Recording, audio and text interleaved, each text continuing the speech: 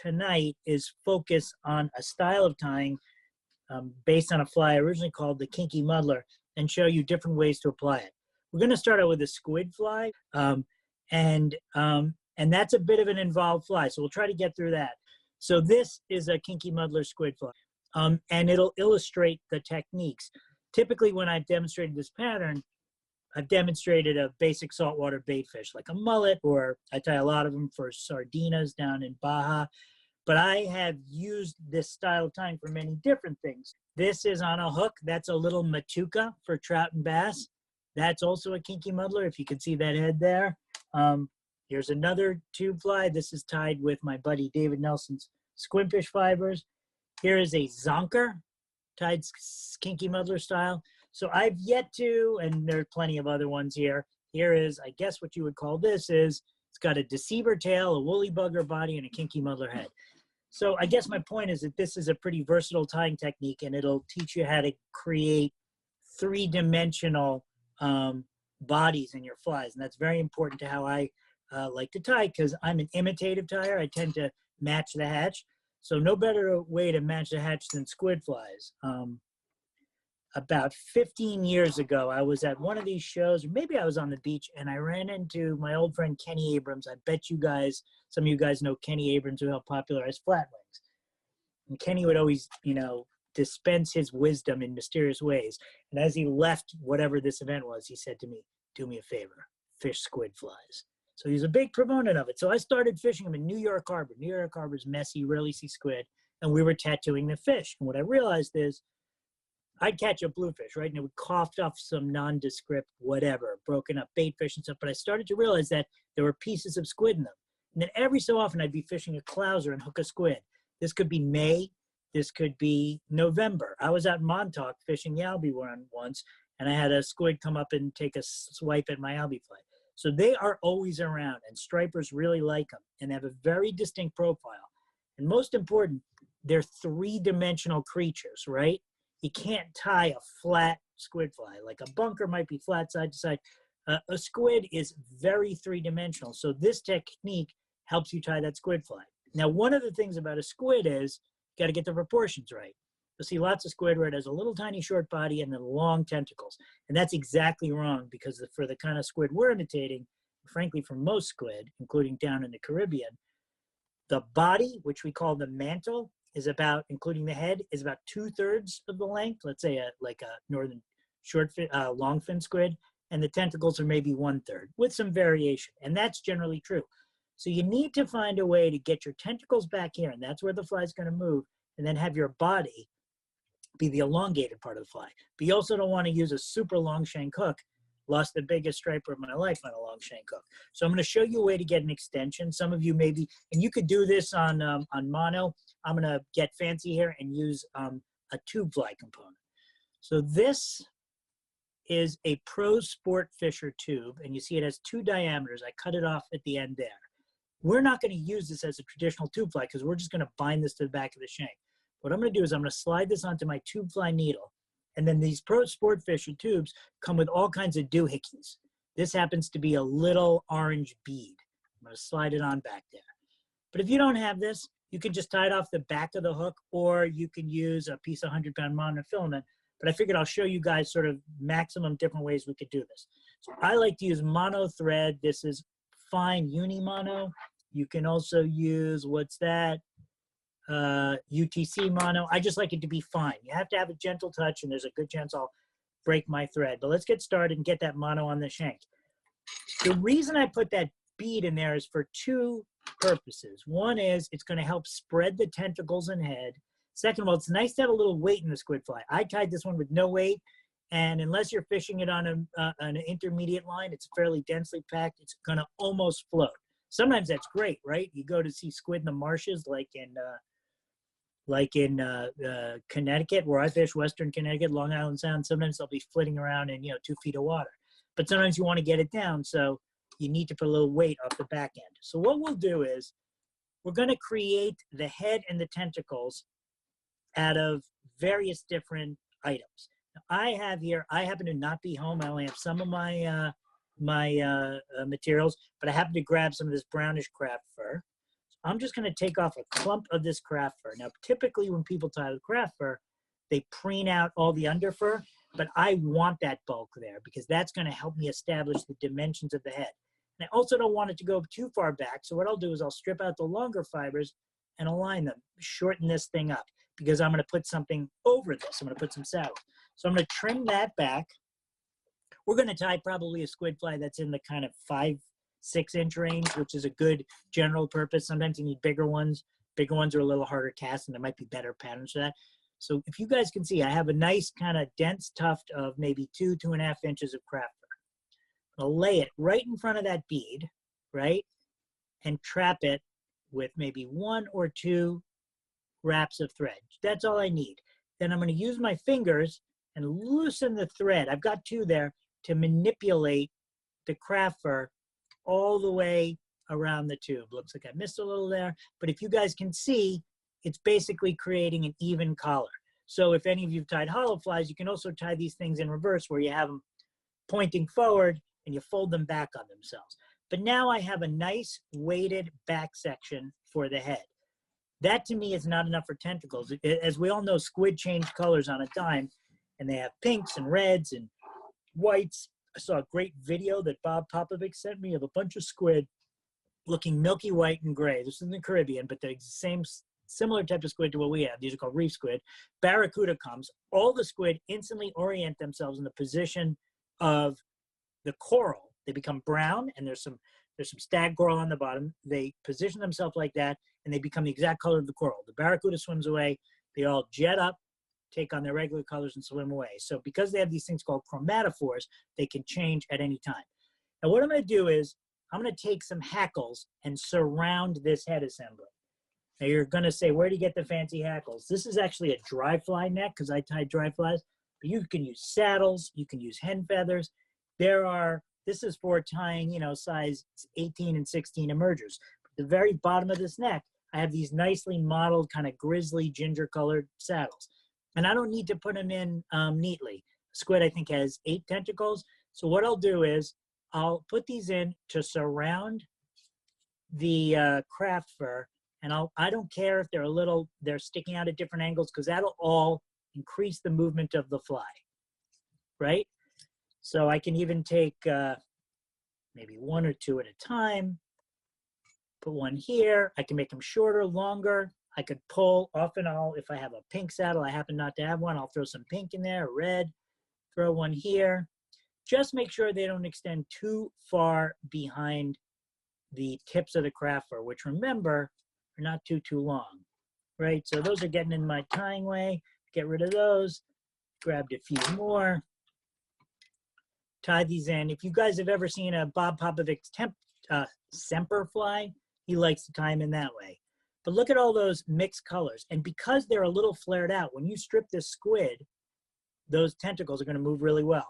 The thing is, if you observe a squid, there's only 2 parts of a squid that move. The body is completely rigid. It's the tentacles and then the little swim fins up front.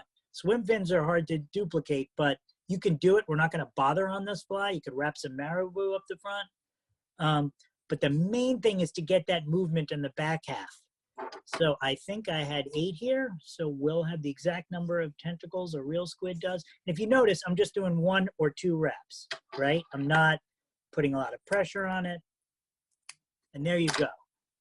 So now check that out. We have it nicely distributed around there. It's almost like, for any of you guys who tie steelhead flies, it's almost like the back of an intruder, but I just used that little orange bead in there that fit over my tube to spread the materials. There's another material that I'll introduce you guys to. It's called Senyo's Predator Wrap.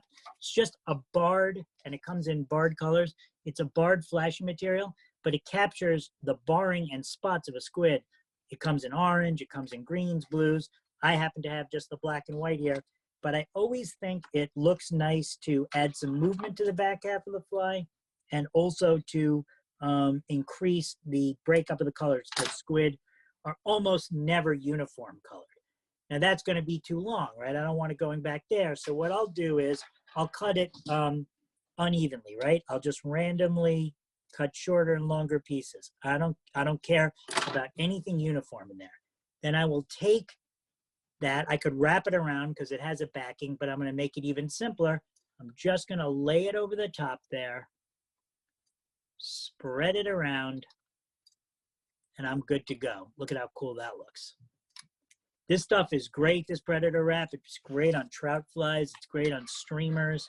And it's not super duper flashy. It's kind of translucent, so it'll really call out the back of that squid. So there we go.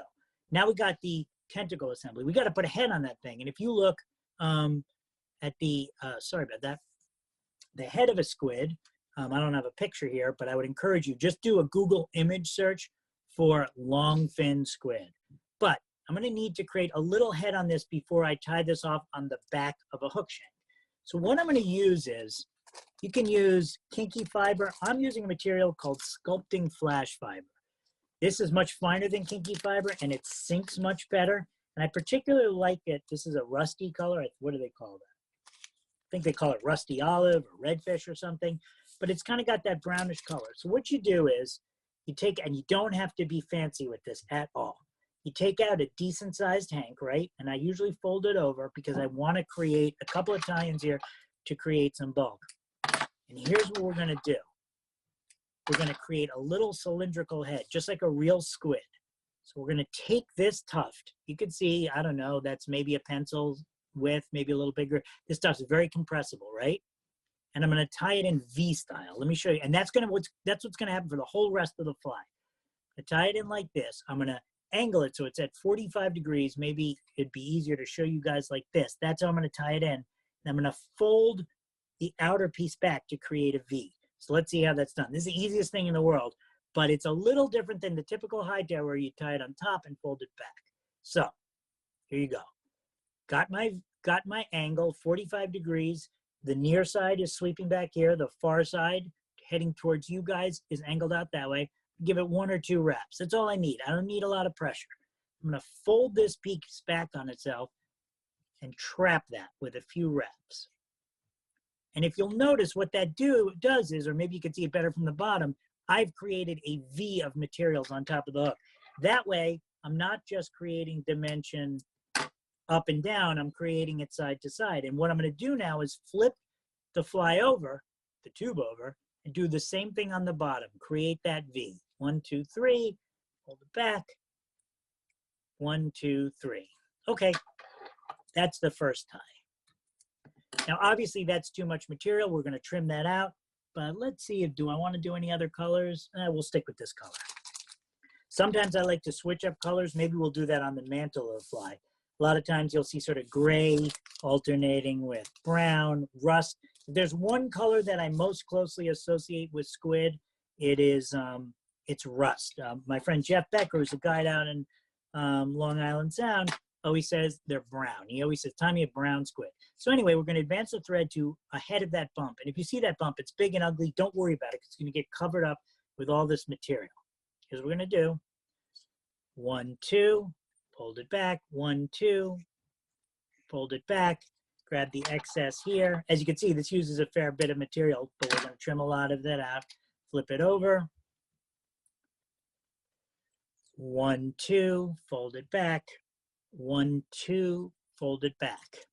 So now we're getting roughly the dimensions of a head, and I just need to finish this thing off. I'm not too worried about this head, this part looking neat, because it's all going to be buried. There's a messy, I don't know if you can see, but inside there's a messy little joint, but it's covered because the material's coming off the hook shank, sweep back and cover it. But if you want to make it a little neater, one thing you can do is, rather than doing the V ties, get ourselves one more hank here. You can do top and bottom ties and fold them back at the same time. I'll show you exactly what I mean. You take this stuff, right? Another hank, similar. Put it directly on top of the hook shank. Trap it with 2 wraps of thread. Leave it. Don't fold it back. Take the remaining material, flip the hook over, and you always have to do 2 wraps, because if you do 1 wrap and then you turn your hook shank, it's going to come cascading down. That's happened to me a million times. It tends to happen to me when I'm doing fly tying demos. But anyway, put that on there. 1, 2, and then you're good. Now what I'm going to do, notice I haven't folded anything back. I'm going to fold them back at the same time, like this. This is a little cylinder, but if I didn't have it, I could use my fingers. I just have a little more control when I use that cylinder. Use a pen casing or a plastic straw, you know, get one that has a little more body to it like they use in water bottles. So I folded that back, put this down, fold that back, right? And just wrap in front of it. And because I'm wrapping in front of it, eventually it's gonna stay in place. Use a lot of thread, but keep on wrapping. Don't wrap over it like that. If you guys can see, I'm not pinching it down that way. Rather, I'm creating a dam of material to push it back on itself. So in other words, as I wrap the thread and increase the diameter of the area I'm wrapping, it's creating essentially a ramp or dam of thread. And look, it's all leaning back now like I want it. Oops. Okay, so that is the basic head assembly. Then what you do is you tie this stuff off. I use a hand whip finish. If you want, you could put a little super glue on that. We won't worry about that now, or a little head cement.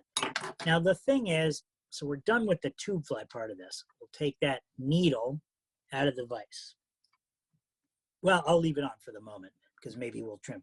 Now I need to trim, I need to leave that tentacle material, but trim.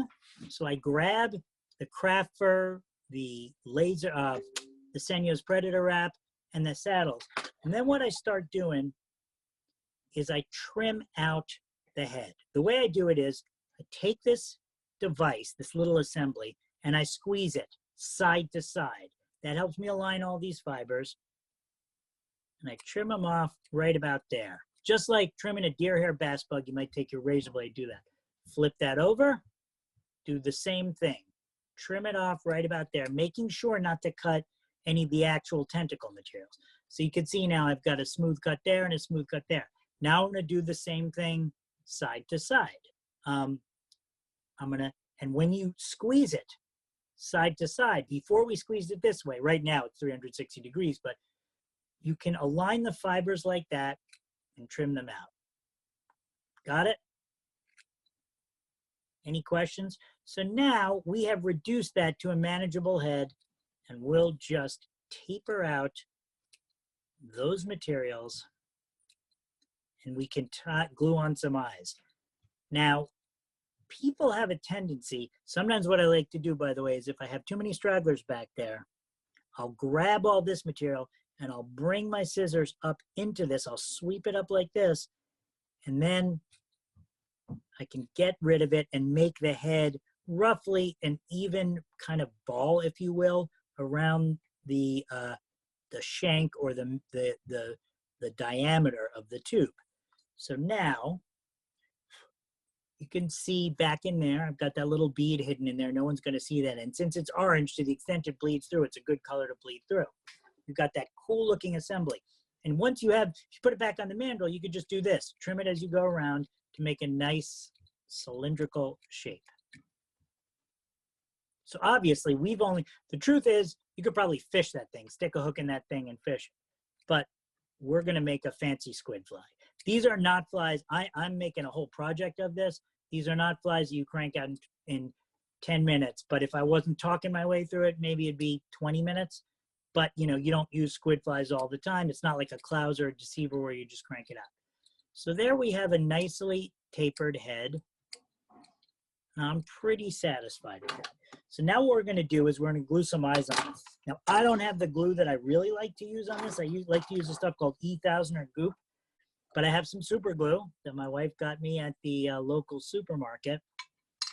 And what I'll do is I'll put a little bead there. That's gel super glue, by the way, and a little bead there. Now, with respect to squid eyes, people tend to put enormous eyes on them, but check out a squid. They're not that big, their eyes. What they are is conspicuous.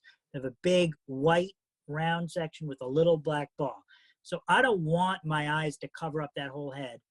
I want the eyes to be about that dimension. That might be a little smaller than I would ideally choose. It's what I got. These are flat eyes. These are not dome eyes. They're made by Pro Sport Fisher as well. You can tell I'm a fan of their materials, and they're called cool eyes. They are they're realistic eyes, but they're flat. And I prefer that. I don't like being forced to dome up eyes when I don't want to.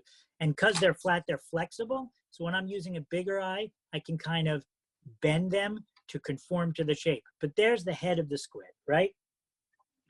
Simple, basic thing. And that's going to move like, you can imagine what that's going to look like in the water. It's going to look just like the back half of the squid. So now what we're going to do is we're going to tie the rest of this sucker on a hook. So what you need is a long shank hook, but long shank hooks in general are not good for holding fish. I've started to like what people are called predator hooks. Partridge makes some things called predators. Umpqua made a really high quality version called a beast hook. This is a 4/0. What you see about that hook is it's got a decently long shank, certainly longer than your typical, O'Shaughnessy hook that you might use for a clouser. But it's not too long, and it's got this big round bend. So because of that gape, right? First of all, the fly's going to track properly. It's not going to spin because that's got that weight to anchor it, to make it track properly. Second of all, these hooks are strong and leave lots of room for you to tie, right? Without blocking the hook shank, right? Because we're going to tie a whole bunch of material in there. So here's one of the things that I'm missing is I usually like to take the end of this tube and mash it with a pair of pliers. Sadly, I have no pliers, so I'm going to mash it with my teeth. That is not recommended, but what I did is I flattened that out so I can tie it on top of the hook shank. So let's get our thread. I'm still using the mono thread. I got my hook in there. And by the way, with respect to the strength of these hooks, they were made for pike. But I have tied these for my friend James, who is the owner, James Shaughnessy, who's the owner of Beulah Fly Rods, and he's caught marlin on these hooks on squid flies. I want to show you a trick. I just tied in, let's go back and do that again. Everyone has their own way of doing what they call a jam knot to attach the thread to a hook, right? So you fold it back over itself. Then people say, oh, hold on, I got to go find my scissors. I don't bother. I just do this. I wrap on it, wrap in the same place a few times, and then snap it off like that. And as long as the thread is not gel spun or something, you can snap off almost any thread without disturbing the thread wraps you already have on there. So you guys see that squid, right? We'll go back to the bitter end of the hook shank, tie in some thread wraps, and we will take that tube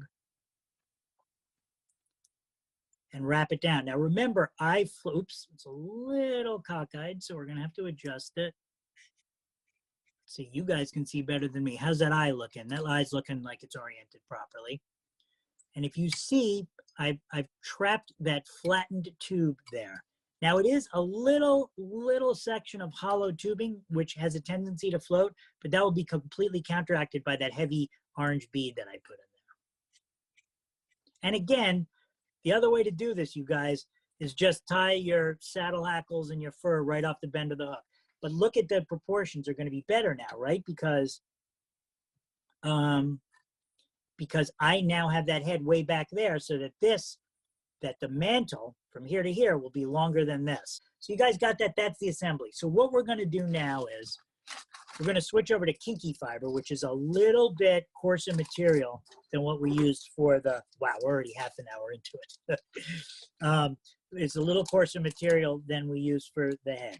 And we're going to do a series of V ties up the shank. So I have rainbow, I have white, and this is called rusty camel. Use whatever you like, mix them. So here, I'll grab some rainbow, and maybe I'll take some rusty camel and put it in there. It all works. You don't have to worry about blending it. It's okay if it's uneven. If you're concerned that it's not mixed properly, what I suggest you do is get a comb, like this little metal comb, and start it through. All right, so here's what we're going to do. We're going to get right on top of where we tied in that tube stuff. Maybe trim a tiny bit off that. And we're going to start doing V ties top and bottom. And you're always going to want to use more material than you need. You're going to find that you're going to trim half this stuff away. But note that when I do my V ties, I'm going to have them extend to almost covering the eyes. We'll trim them out. But you want this body to flow back into that head assembly. So the 1, 2. Remember, I got it at a 45-degree angle. Flip it over on itself. 1, 2. That's all the wraps I do. I don't need any more pressure. The way you make a durable fly is not to crank down on your thread. It's to have properly placed thread wraps. I'm going to go to the same spot, do the same deal. 1, 2. Fold it back on itself. Get the thread. 1, 2. That's all we need, right? And what's amazing about these flies is you're thinking this guy's using fine mono thread. I remember somebody on some online thing said, your flies must fall apart. I tied one of these for that caught, if any of you have ever caught a rooster fish, those fish are no joke. Caught 17 rooster fish, including a world record in the 70-pound range, and was still going strong. The eyes hadn't even fallen off of it. So these are very durable flies. We'll keep doing the same thing. I've got enough here to probably squeak out maybe 1 or 2 more applications. Same deal. One thing also, by the way, is squid, like bait fish, it's a little bit of a different principle, sometimes have a tendency to be lighter colored on the bottom than the top. Sometimes I'll color up on the top. So if you want to use a lighter application of hair on the bottom, that's okay.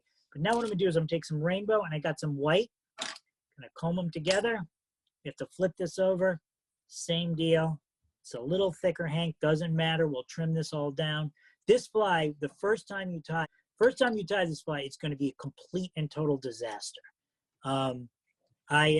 It's a fly that, in fact, I walked, if any of you know Tom Rosenbauer from Orvis, I did a podcast with him where he tied it, and he announced in the beginning, he said, I want everyone to know that I can't tie this fly.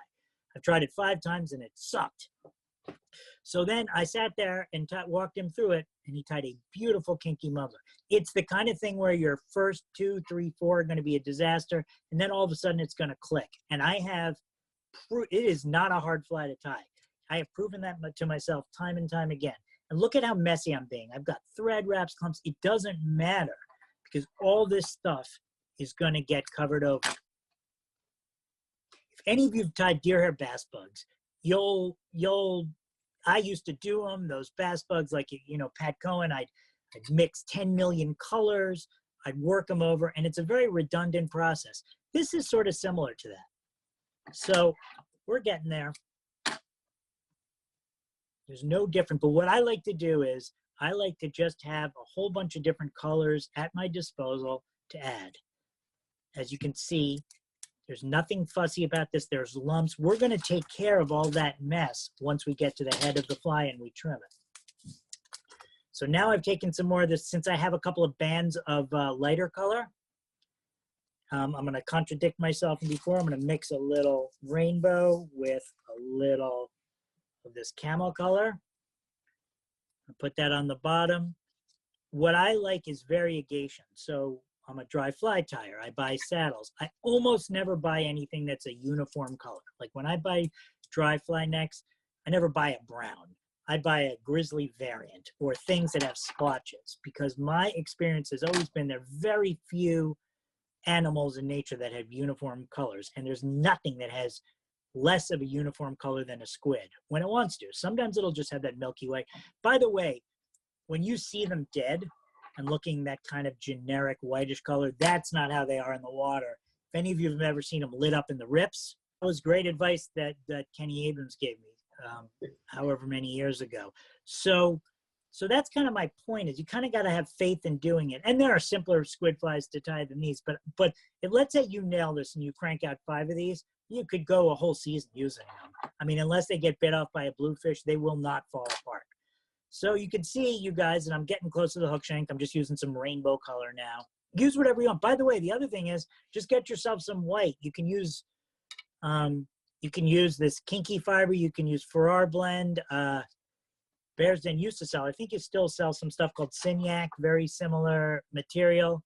You just get some white and grab some markers and marker it up, and you'll have all the color you need. Sometimes I'll take a red or orange marker and put dots on these things. As we approach the hook eye, though, I do want to show you guys a slight change in the procedures. So I don't know how well you can see it, but we're getting pretty close to the hook eye there. I've got maybe, after this little lump, I've maybe got room for one more narrow application of the material, and then we'll change up the procedure. So what I'll do is, you can see I'm really packing it in. By the way, particularly when you're using kinky fiber, the more material you pack in, the more dense you make this body, the more buoyant the fly is going to be. It's going to trap more water, more air. However, if you use that other material that I mentioned before, the sculpting flash fiber, which we use the head, you can tie the whole body out of that. It's a little softer, doesn't keep its shape as well. That stuff sinks like a rock. It sort of has the texture of like Enrico Puglisi fibers, but for which are very buoyant. But for whatever reason, sculpting flash fiber really wants to sink once it gets wet. And I don't find it hard to cast either. It's pretty remarkable stuff. So there we go. We pretty much, a little messy, but we pretty much filled up towards the hook eye. Now we're going to change the procedure a bit, because what we're going to do is, if you remember when we finished the head of the squid, what we did is, right, we did the V ties, and then the last ties we just put top and bottom. Now you're going to see the real reason to do that. I'm just going to use the brown, so this has got a little brown nose on it. And by the way, you can always leave a little room at the front of the fly if you want, and you can take a couple of marabou feathers or a big schlappen feather, and those will function like a kind of like a pair of swim fins. I don't find it necessary, and I find they tend to get a little tangly. It's more stuff to absorb water, but it looks pretty cool. I've even fit swim fins with fox fur tied individually between these V ties, but that's more like for a presentation fly. So here we are. We're almost at the hook eye. Got this brownish camel stuff. I'm just going to take it, put it on top of the hook, and pinch it exactly at the little neck of the hook eye. I'm not leaving any room. In other words, I'm doing what you're always told to do when you learn to tie flies, which is I'm crowding the hook eye. But there's a reason for that. I'm going to flip it over, do the same thing, right? 1, 2, looks like we have some stuff there. Okay, so now I got all that material trapped right in that tiny little valley. What am I going to do with it now? Now I've got that mess. Now I'm going to, if I can, I guess I misplaced my little pushing tool. Ah, here it is. I'm going to take this, and this is like tying a hollow fly or a bulkhead deceiver. I'm going to push the top and bottom segments of material back simultaneously. I don't know, maybe I can adjust this a little, but if you guys can see, there's nothing there. There's literally just the hook eye protruding from that material. I'm then going to take my thread and get it in front of it. Now, obviously, if I let that go, that's going to all want to pop forward. But what I'm going to do, use my fingernail to distribute that material, and I'm going to do that same deal where I create a dam of thread up front. So let's see. So I'm not wrapping back on the material. I'm not doing that, right? I don't want to do that because I don't want to compress it. But what I'm doing is I'm putting pressure. I'm ramping up the thread. You know something? I'm trying to think. If you guys ever tied, wonder if there are any trout tiers here who ever tied a comparadon. You tie deer hair facing over the hook eye, and you have to force it back. You don't wrap on the butts of the deer hair. You wrap in front of it and put dubbing in it. So you're folding the material back on itself. The result of that is that this squid is not going to have, just like any bait fish I tie, is not going to have any beak up front, right? We're not tying a half beak. We're not tying a needlefish, which is a long, skinny nose. We want to occupy the entire hook shank. And look at that. It's laying back just like I wanted to. A couple of tricks with this. If I just wrap back and don't go forward periodically, I will get what my friend Brad Buzzy calls the avalanche effect, because mono thread is very springy. All of a sudden go boom, and a million coils will spring out over the hook eye. So what you want to do is wrap back, get in tight, and then wrap back down to the hook eye. If you look, though, I've still got plenty of room in that hook eye. I could get a piece of 100-pound test in there if I needed to, or wire, whatever. Okay, I think we have that back far enough. But what's cool about that is that's back, but I don't have a big, ugly head on that fly. This, you know, this is like Atlantic salmon fancy fly tire technique. I have a nice tiny little head. Another trick with mono thread, I do a whip finish with my hands, or if you use just a half hitch, do multiple whip finishes. Mono thread, like I said, is very springy. Sometimes you'll nick it when you're cutting. So I'll usually do 1, 2, 3. I think that's my 3rd or 4th whip finish, but I'm not adding much bulk, right? Because I'm only using whatever this is, tiny little fine mono. Now that's pretty secure in there, and you can always add some glue over it. So now, how do we take this monstrosity, right, and turn it into this lovely little squid? We got to trim it. And we're going to use the same principles we learned from trimming the head. And I think got to make sure that you guys can see it. But what, if you'll look, I got all kinds of crazy fibers sticking out here, right? I mean, That's not a proper squid. So what I'll do is I'll preen all those fibers out and I will squeeze this sucker, top to bottom, right? Squeezing it. The reason I'm squeezing it is that forces all that material out to the sides. Then I can use my fingers and my thumb as essentially a cutting guide. So as an initial cut, I'll go 1, 2, 3, 4, 5. Get all that nonsense out of there. Flip it around in my hand. Look at how much excess material I have there. 1, 2, 3, 4. Okay, so now, if you look, the side dimensions are okay. The problem is, look at top and bottom. Total mess, right? So how do I get top and bottom to look reasonable? Squeeze it side to side. Do the same thing. I'll squeeze it this way, preen all that material up, and I will use my fingers as basically a cutting guide. Okay, so now we're starting to get a little closer. Same thing, squeeze it, preen all that material.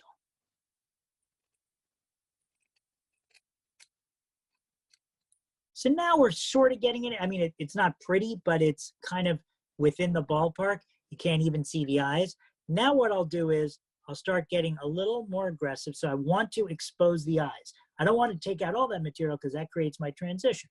So I'll trim it this way, get a little bit of that material. This is what I call advanced barbershop technique. Probably half you guys are like me. Your hair was the hair that you have remaining was getting long. I had to have my wife cut it with my razor the other day. So I told her I'm very experienced at trimming. I just do it with synthetic materials. Still have that eye a little bit obscured. So I might fold back some of those materials and trim it out.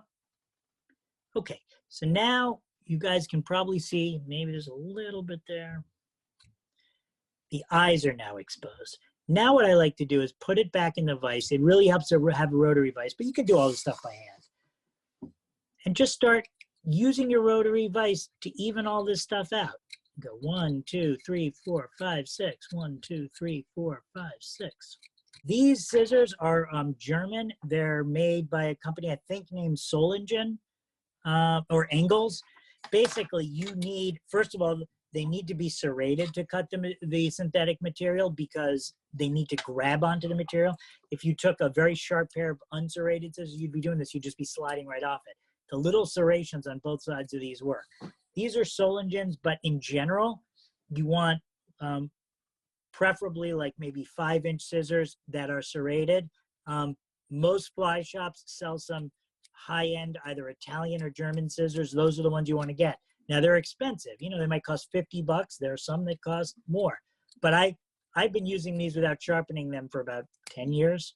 So I used to buy Dr. Slicks and they wouldn't last me a season of this stuff. In any event, as you can see,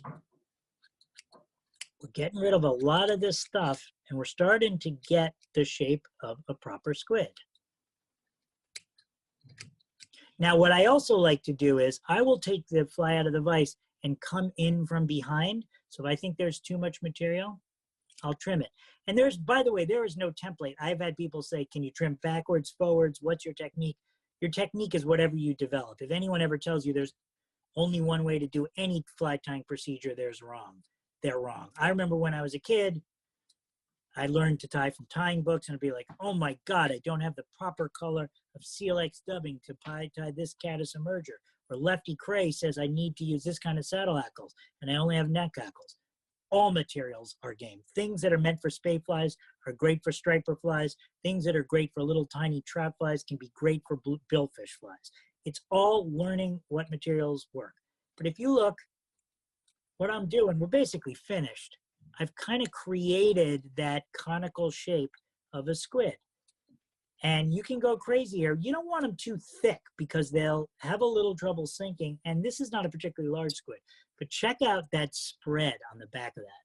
I mean, that's going to move great. So that's pretty much the squid fly. So I don't know. We took the better part of, 45 minutes to tie that sucker. But it won't take you that. The first time you tie it, it'll take you an hour and a half and you'll throw it away. And you'll get the razor blade. But trust me, once you get used to this trimming process and the application process, and I use that same technique of those V-ties for every style of Kinky Muddler. Basically, it's the reason I call it a kinky muddler. It's the equivalent of a muddler minnow with spun deer hair. But unlike spun deer hair, it's translucent. It's not buoyant the way deer hair is. When you crank down on deer hair, right, it goes perpendicular to the hook shank. I didn't want that. I wanted everything to sweep back. So if I'm making a bait fish, and let's say there's the head and there's the saddle hackles, I want it all to flow gently. I don't want any gulfs and valleys. I want that smooth profile. And there you have that smooth profile. And, you know, this is not the greatest resolution, but I think you guys can kind of see how we got that shape. And I can, you know, I put it in this way. I say, oh, look, there's a little, I like to, by the way, one little piece of advice is when you tie flies with dense heads, that's always a good, mechanically, you want to have some soft materials in the back because the water's going to sweep over and make this tail part kick. Let's say you're tying a bunker and you want the back to wiggle. But what I've noticed with kinky muddlers, this was pointed out to me in the Everglades by a guide, is when I make the very nose of the fly kind of pointy rather than super round, they just seem to bob and weave pretty nicely in the water. So there goes that squid, and if one of you guys were here, I'd be happy to hand it to you. So you can see, for example, where the tentacles are actually fairly narrowly cupped in towards each other. This one, I spread them a lot because what's going to happen is as you pull this through the water, they're going to narrow down like that. Then you pause and they're going to flare out, which is just exactly what squid do. Squid also, remember, can go frontwards and backwards, right? They move by squirting water out of this part of their body. They have a little thing called it's basically a beak. But what that is that's like an internal shell. So that's a kinky muddler squid.